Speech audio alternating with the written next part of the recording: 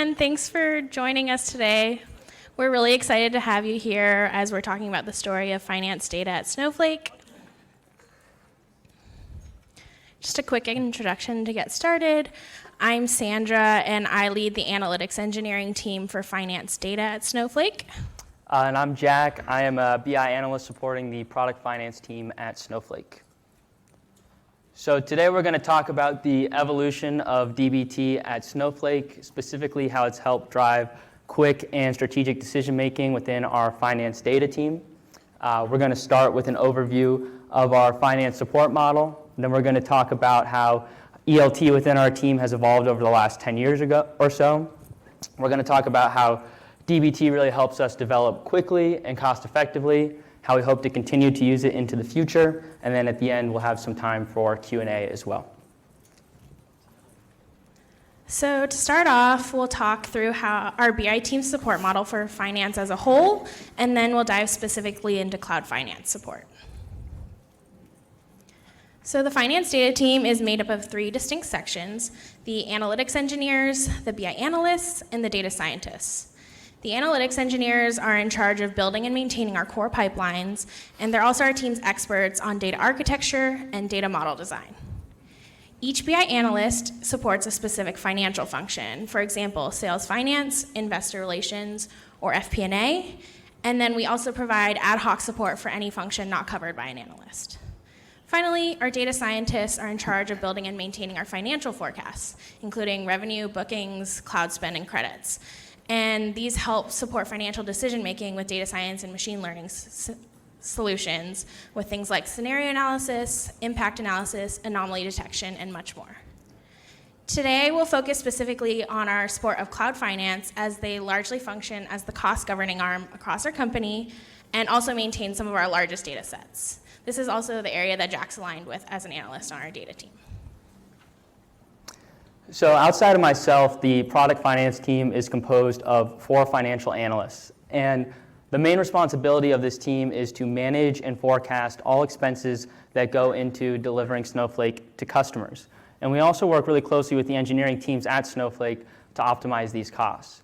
And at its core, Snowflake is a company that is rooted in data-driven decision making. So my role as the BI analyst in support of this team is to build and maintain all the data products that go into making the most informed decision possible. So whether that be insights or recommendations based on customer usage, pricing, new product rollouts, really anything under the umbrella of improving gross margin and operational efficiency, these actions derive in a deep understanding of the Snowflake product and are backed by timely, accurate, and reliable data models. So now we're going to go into a little bit about how our ELT has evolved over the last 10 years or so. So in the early days of Snowflake, we really tried to leverage the product internally as much as possible. But a lot of the business functions were pretty nascent. The finance team didn't have any sort of data support. And so all of our finance data was housed in Excel. And this worked for a while, but as Snowflake continued to grow and scale, we received more and more cost data from AWS, Azure, GCP, that Excel really couldn't handle this volume. And so that's when the finance team started hiring data people, and we made the switch over to Looker. And within Looker, we were able to build out basic revenue and COGS pipelines, but we soon outgrew the capabilities it afforded us as a data team. It wasn't meeting our needs in terms of volume, complexity, or code testing, and so that's when we started looking for the next best thing. That's how we ended up on DBT. And DBT is incredibly performant inside of Snowflake. We're able to use created tables in places other than just, say, Looker dashboards, for example. And ever since we made the switch back in 2019, it's enabled us to do so much more than we initially even expected. So our technical architecture has landed here with Snowflake and DBT core at the center of it all. What we do is we take our raw data from a bunch of host systems, everything from Adaptive to Workday, and we ingest that with a variety of methods. We do data sharing, we use Snowpipes, and other types of connectors. And once that data lands in Snowhouse, which is our internal instance of Snowflake, a bulk of the transformation is done by Airflow and DBT core. We also have a few machine learning models that run in Snowpark and some transformations not fit for SQL running in custom environments. Once all of that's processed, we share data to downstream teams, we write back into host systems, and we do visualization through a variety of tools, including Streamlit and Snowsight. Ever since we migrated to DBT, we've experienced development velocity like never before. So I know you guys have seen a lot of these at this point, but we had to throw our own lineage graph in here too. For some perspective, this is just part of the lineage graph of one of our revenue pipelines. It was so big, I couldn't even find a screenshot that would fit in here. So I picked part of it. But I think this really illustrates how we've developed out support for finance using DBT over the past 5 years or so. We now have over 20 pipelines across 14 DBT projects and thousands of tables. And these tables are used every single day by our finance stakeholders in reports, dashboards, and investigating any sort of trends they're interested in at the moment. So to summarize, DBT has been incredibly impactful for our team in 3 main ways. And the first is development velocity. By bringing software engineering best practices to data, we've gained incredible oversight over our BI development, and this really helps our team iterate quickly. And the second is that DBT enables real-time or data-driven decisions. And so we have real-time anomaly detection, cloud spend forecasts, insight recommendations based on customer usage trends, and much more. And the last is cost governance, and we'll dive into more detail here later. But for us, and I'm sure for many of you, 2023 is really the year of cost optimization. And so fortunately, DBT offers a number of tools that really help us be the most cost-efficient data team possible. So there are endless DBT features that we love and have aided in our development velocity, but we wanted to highlight 4 of our favorites here. To start with, we use DBT Core in conjunction with GitHub to allow for version control. This allows our team of over 25 to work collaboratively on large pipelines together without stepping on each other's toes. We also have thousands of tests validating our assumptions and giving us immediate feedback on any data quality issues so we can remedy them immediately. And we also use DBT docs and projects as implicit documentation of our platform. Each project has a schema.yaml file, and it's filled with table and column descriptions that we programmatically read into our data cataloging platform, Elation. And then my personal favorite is DBT targets. This allows me to easily switch between dev and prod environments or different warehouse sizes. And one big thing is we're always trying to size our workloads appropriately in different warehouses, and this feature has made it easier than ever before for us to do so. So one big example of cost governance and data-driven decision-making is our COGS anomaly detection modeling. This project was done by our data science team last year, and they built it out to support cloud finance. What they did was they took our COGS data and they identified outliers in our cloud spend. Then they used a macro in DBT to create Slack alerts for our finance and engineering teams. These run daily and alert on anomalous cloud spend and allows the engineering team to investigate and remedy any overrunning warehouses that we have. Over the past year, we've saved over $5 million just from these alerts. So if all this wasn't enough, we're doing a lot more to keep our finance team happy.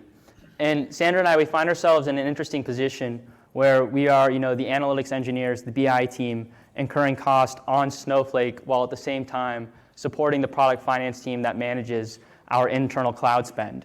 And so the reason why we think this is a unique position is because it really makes us the forefront data stewards at Snowflake. It's one thing to bring quality data and information to your stakeholders, but it's another to do that in the most cost-efficient way possible. So in the last year, like many of you probably, our team was tasked with finding ways to reduce our costs. Specifically, could we reduce our internal cloud spend?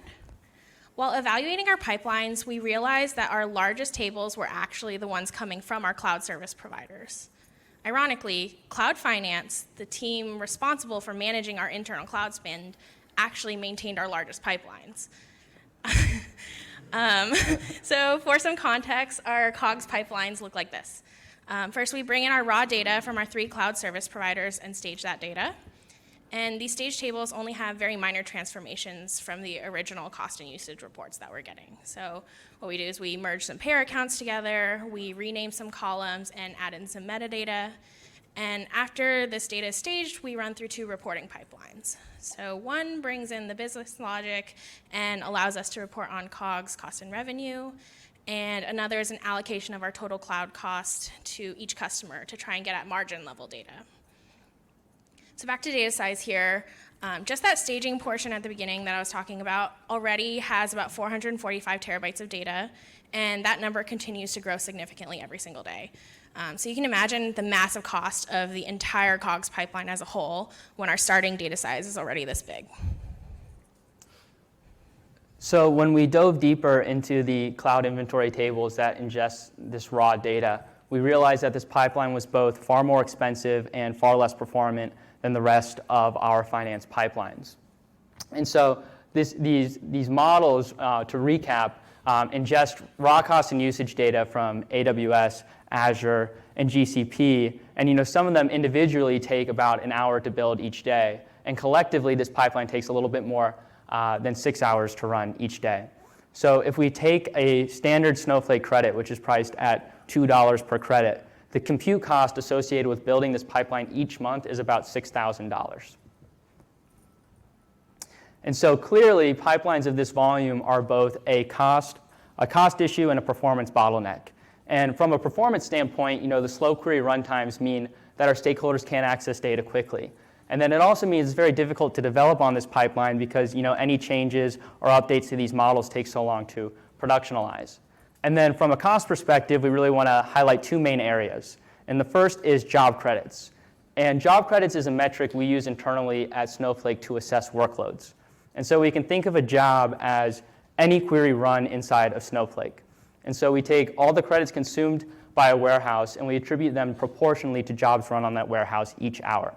So the longer it takes a query to run, or in this case, the longer it takes for our pipeline to build, the more job credits we're consuming and the more compute costs we're incurring. And so even though there's a really high job credit cost associated with building this pipeline, this cloud spend data is crucial to our product finance team, and so we need to rebuild and rerun this pipeline each day. And then the second area that we wanted to highlight is data transfer cost. And so in the original version of this pipeline, all of our models were materialized as tables, which means they were rebuilt from scratch each day. And something that we do as a finance data team is we replicate a copy of all of our data models to a backup deployment in case of emergency. And so since our largest pipeline by volume was being rebuilt each day, we are also transferring our largest pipeline by volume each day and incurring a very large amount of data transfer cost. And so for these reasons, our problem statement was pretty clear. How can we make this pipeline faster and less expensive at the same time? Originally, we approached this problem through the lens of query optimization. Our first instinct was to consult the Snowsite query profile to try and identify any bad joins or slow-running CTEs, and we ended up not finding much here. Our joins were pretty optimized, our CTEs actually ran pretty fast, so then we looked into replacing our computationally expensive macros with mapping tables. This helped a little bit, but also wasn't incredibly significant either. So the last thing we tried was auditing our columns and removing anything not being used downstream. And this had also very little impact on speed, and so it's time to attack this pipeline from a different perspective. At its core, it was clear that this was largely a data volume problem, and so our conversation changed to how we could reduce that data volume. We asked ourselves questions like, can we limit the amount of data ingested? Maybe only keep 3 years of data instead of all time. Or can we reduce our granularity, maybe aggregate at a daily level instead of hourly? We consulted with our stakeholders and ultimately decided that we didn't want to lose any of that data because we wanted to track very granular changes and trends over time.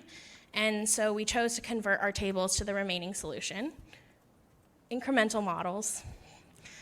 So to start with, let's make sure we're all on the same page about what an incremental model is.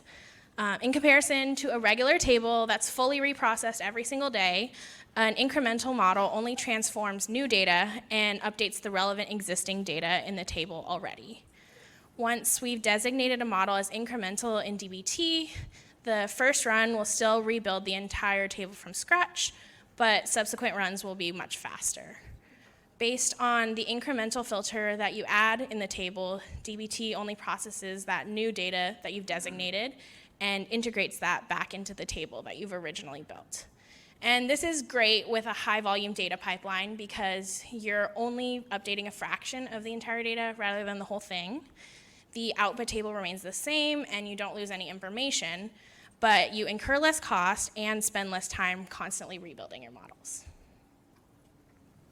Yeah, so DBT incremental models led to significant improvements from both a cost and performance perspective. By using an incremental filter and a unique key, we're able to limit the amount of data that is transformed on a daily basis. So, rather than rebuild from scratch, we're updating the smallest window of data possible. As we mentioned, we replicate a backup copy of all of our data models to a separate deployment. So now, rather than transferring the entire pipeline to a separate deployment, we're really only transferring the updated portion of this model. And so that saves us a lot of money from a data transfer perspective, and then we're also saving a lot of money from a job credits perspective because there's less compute required to run this pipeline each day. And then this improved runtime also increased performance because we're able to get tables or these models to our stakeholders much more quickly, and we're able to develop on this pipeline much more quickly as well. And so another thing that we really like about this incremental configuration is the on-schema change parameter. And so as new columns are added to your tables or the schema itself changes over time, this parameter ensures that our models continue to run successfully. And so in summary, our big data problem became much more manageable, but also very importantly is the fact that the scope of our data remained the same this entire time. And so despite all these improvements, we did want to discuss some challenges we ran into along the way. And the first was choosing the best incremental filter, one that optimizes performance and aligns with our business logic. And so our goal is to update the smallest window of data possible while prioritizing data recency and data accuracy. And so we'll dive into an example with our AWS data to provide a little more context. So each day, AWS updates their cost and usage report, and they update data for the entire billing month to date. So that means any data that already exists for that billing month is supplanted by the new data. Now, at the conclusion of every month, we expect a bill invoice from AWS with finalized data for the month that just completed. And we typically receive this bill invoice in the first couple days of the next month. And so in these instances, we not only need to update the current month's worth of data, but the previous month's worth of data as well. So the problem became, how do we define an incremental filter that updates just the current month when applicable, and then the current month and previous month whenever we receive a bill invoice? And now the second challenge that we ran into was defining a unique key that aligns with this business logic. And so within our AWS pipeline, we have multiple independent payer accounts. And each of these payer accounts merge into one consolidated cost and usage report. And these payer accounts refresh at different times, and we receive bill invoices at different times for each of these payer accounts. And so we needed to define some sort of unique key that would apply the incremental logic that we just discussed at the account level. And so we were able to achieve this by using a compound key of billing month and account ID. And this ensures that we have the most recent, the most accurate data for each account for each month, all in the same model. And so, this DBT migration, or this incremental migration, led to a lot of improvements in our cloud inventory staging pipeline. The original daily runtime was a little bit more than 6 hours. That has now been reduced to just 1 hour. We've seen an 88% reduction in our monthly data transfer cost and a 67% reduction in the amount of Snowflake credits it takes to build this pipeline each month. And so perhaps less quantifiable also is the fact that our overall sentiment toward this pipeline is much improved as well. Not only are we saving a lot of money, but we're saving a lot of time and headache from a developer perspective too. Finally, we'll discuss where we intend to go next. We look forward to leveraging DBT features more across the finance pipeline to continue to reduce our cloud spend. Our next goal is to explore the relationship between cluster keys and incremental filters. Our hypothesis here is that an alignment of the two could lead to enhanced query performance for certain models. We'd also like to experiment with workload-specific warehouse sizing. For example, for those known periods of diminished performance in the cloud finance pipeline that Jack was speaking about earlier, where you have to update both the current month and the previous month, if we increase our computing power and reduce our overall runtime, could that actually reduce our spend? We also have a few pipelines that aren't easily handled by SQL that we originally wrote in Python. And now that we have DBT Python models in partnership with Snowpark, we're hoping to migrate those models over. We're also excited to leverage Snowpark to facilitate new machine learning workloads and continue to champion data-driven decision-making alongside our stakeholders. If you have any questions about anything we talked about today, feel free to reach out to us via email or connect with us on LinkedIn, and we're looking forward to continuing the conversation.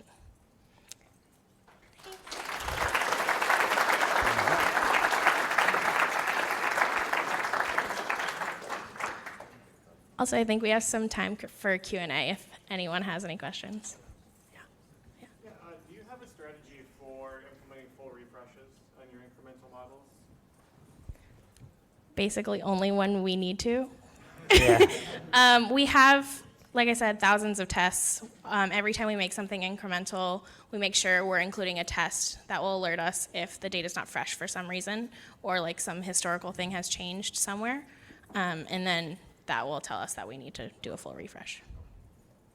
Can you shed some light on your Slack alerts through macro? How are you able to achieve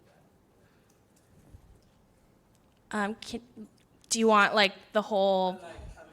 What's the API? Like, you have a macro. I see that you have a macro to send the Slack alerts for some data change, right?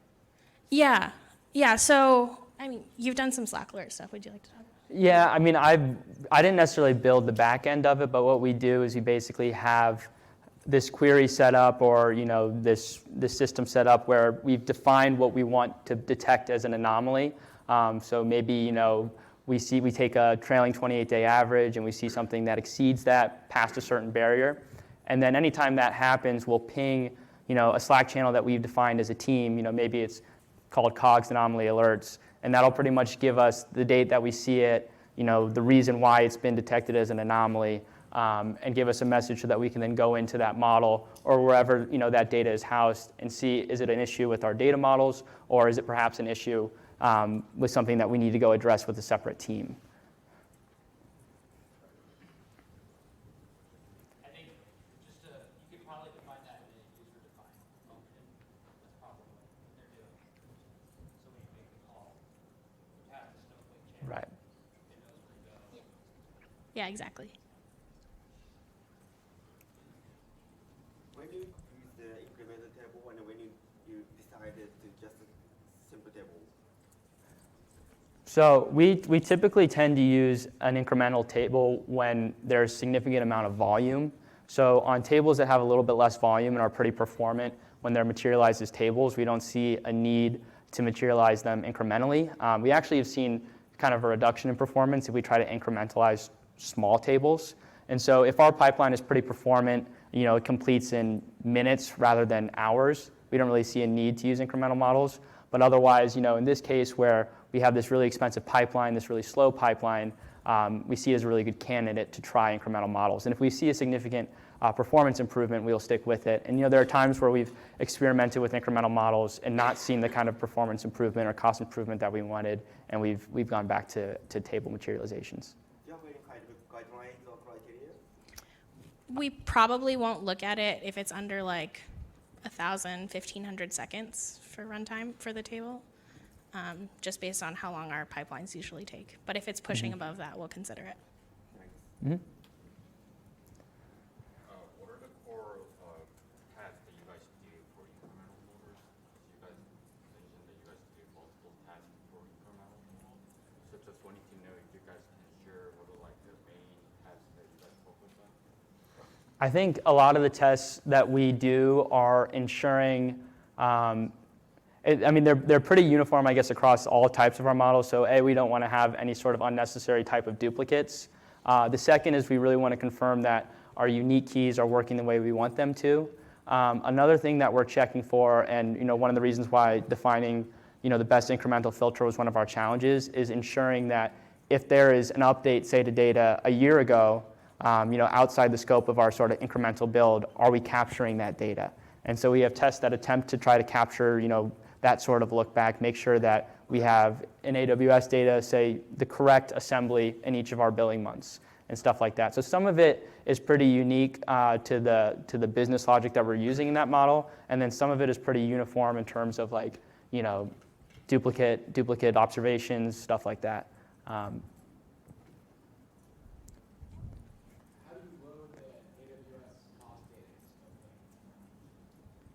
So our team actually isn't in charge of that. Our IT team handles it, but I believe it's put into S3, or I guess it's in S3, and we bring that in. I would guess either Snowpipe, Fivetrans, something like that.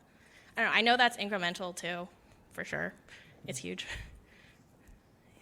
Yeah, I guess that's kind of related to my questions. Like, what is the organizational structure of the team again? So you have like analytic engineers embedded in each domain, and it sounds like you have data engineers that are actually populating, you know, Snowhouse. Yeah, so Snowflake has data teams all across the company. So we're on finance data, there's IT, sales, marketing, et cetera. A lot of like the ingestion stuff or like financial systems tends to be owned by other teams. There's a FinSys team that handles anything from like Workday, stuff like that. We'll sometimes own the Snowpipes to bring that in, and sometimes they do it. It just depends. But anything that already is in a raw table, we'll handle everything after that. Anything that's a core pipeline, revenue, contract, information, stuff like that, is the analytics engineers, and then each analyst owns all of their models for their specific area. Yeah? I saw that the models are implementing the merge functionality within the sensor. How is the team addressing the data immutability aspect given its financial data? Sorry, I don't know if I heard that completely. So I think the question was, given you're implementing the merge functionality, which is deleting the records based on randomly and reinserting, how is the team addressing the data immutability aspect, like ensuring that the financial record doesn't change over time? Yeah, I mean, there's definitely a difference between like reports internally versus what we report to shareholders, right? Like our earnings report and stuff. So anything that is going to investors, like, or for us to release on our earnings call, we have a whole data model structured for that as well, where we snapshot everything. So we make sure we're only reporting what we reported last quarter, stuff like that. But then in terms of internal reporting, oftentimes, like, you want the most up-to-date data regardless of if it's GAAP revenue or not, right? Stuff like that. Yeah? Following up on the test question, are you guys using DBT tests or DBT unit tests and any additional packages for data quality? Just think that is finance and accounting data, and how are you balancing that with your optimization performance and those things done, because sometimes it comes as a straight out and how much you're processing and thinking. So a little bit back to that.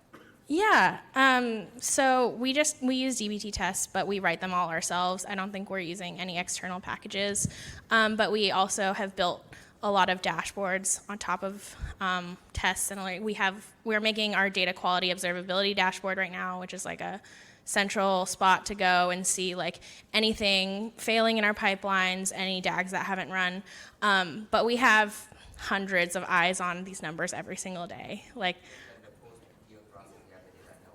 Yeah, we do all of that, and there's always the like human component too. If that number looks wrong, we should go investigate it. You know. Yeah. So as like the finance data team, are you guys the ones, as you do like your pipeline optimizations, are you guys the ones championing the cost like saving calcs and like proliferating that and hiring champions for other data teams, or is there like a standards that are set like higher that other data teams are also following and tracking their cost saving like optimizations? Yeah, that's a great question. Our team was definitely not the only ones tasked with reducing our costs, right? Like if you think about like a lot of the data science teams probably have even bigger data that they're running. And so this was like a company-wide thing. We definitely had a central team that was tracking all the different projects for this, and it was definitely like everyone was on board to try and work on it. This is just the biggest example from the finance side that we did. Like when you guys calculate basically like cost per unit, like are there like standardized like, hey, you guys assume that this particular Snowflake credit is 5 cents or whatever. Like are those kind of uniform across like data teams?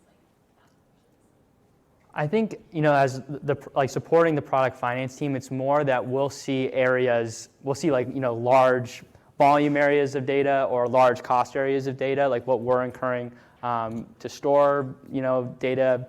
And so we'll more attack those that kind of like show up on our radar and attack them specifically. Our scope, just, as a finance data team, it was pretty obvious like which one was our biggest bottleneck, just because this cost pipeline is so much slower and more expensive than the rest of them. But in terms of like having like, I guess, a uniform metric for costing out things, we typically go by what we're the costs we are incurred from like the cloud providers or where we store our data and things like that. So we have like a cost number, but to standardize, we were using the Snowflake credit from a compute perspective. Yeah. Yep. I wanted to ask, you guys experimented with your Snowflake streaming tables, right? Dynamic tables? Or Dynamic tables, yeah. that's good. Where they can stream as the data comes into the next model. You guys experimented with that, with your incremental, maybe creating a custom materialization type. Yeah, that's a great question. I get asked this one fairly frequently. So we looked into it a little bit, and we ran into some issues with having DBT refreshing our tables in full every day, and that causing the streams to fail. So hopefully that we can figure out how to deal with that. I do think it would probably work better with something incremental, since that's not being fully rebuilt, but we haven't done anything yet. Definitely something we're trying to investigate. So I know your Snowflake friends, is that a limitation then of DBT then, or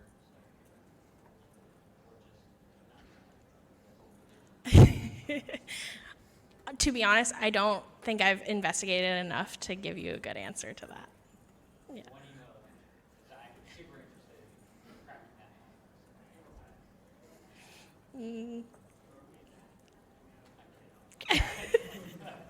I don't know. Yeah, let's chat about it later. Anyone else? Yeah. You mentioned that you guys saved the finance team a lot of money. I think you said $5 million. Can you expand a little bit on that? Like, how did you measure that? That was the anomaly detection that Yeah. Dee built out. Yeah. Yeah, so that number didn't come from us. That's from the data science team. They work with us, but they're the ones that did the actual project. So I think I would assume they looked into like all the overrunning warehouses and like assumed a longer term of those running and came up with some number that way. Yeah. Mm-hmm. Yeah. Sorry if I missed this, but what ML frameworks are you planning to bring in? You mentioned at the end that you're looking to integrate that. And will you keep them to Snowpark, or will you integrate them with DBT as well? I think the goal is definitely to integrate into DBT, but I can't speak to that super well. Again, I'm on the analytics engineering team. That's more of like what our data science team is working on. I'm sorry. I wish I had a better answer for you. Definitely, if you follow up, I'm definitely happy to ask them and share that answer with you, though. Yeah. Cool. Yeah. Just curious, what were your considerations in selecting DBT4 versus cloud? Do you have just a small knit team, or are there no considerations for other teams across Snowflake? Yeah. My understanding is like because we were on it so early, like 2019, I think that's when cloud came out. Is my understanding. That's or I would assume that's why we picked it, and we kind of just stuck with it and ran. Everyone across Snowflake uses DBT Core. No one's on DBT Cloud, I think, that I'm aware of. So, yeah. But I wasn't here then. Also, again, happy to follow up if you want more explanation on it. Yeah. Anyone else? I think we're way over time, so thank you guys. Appreciate it.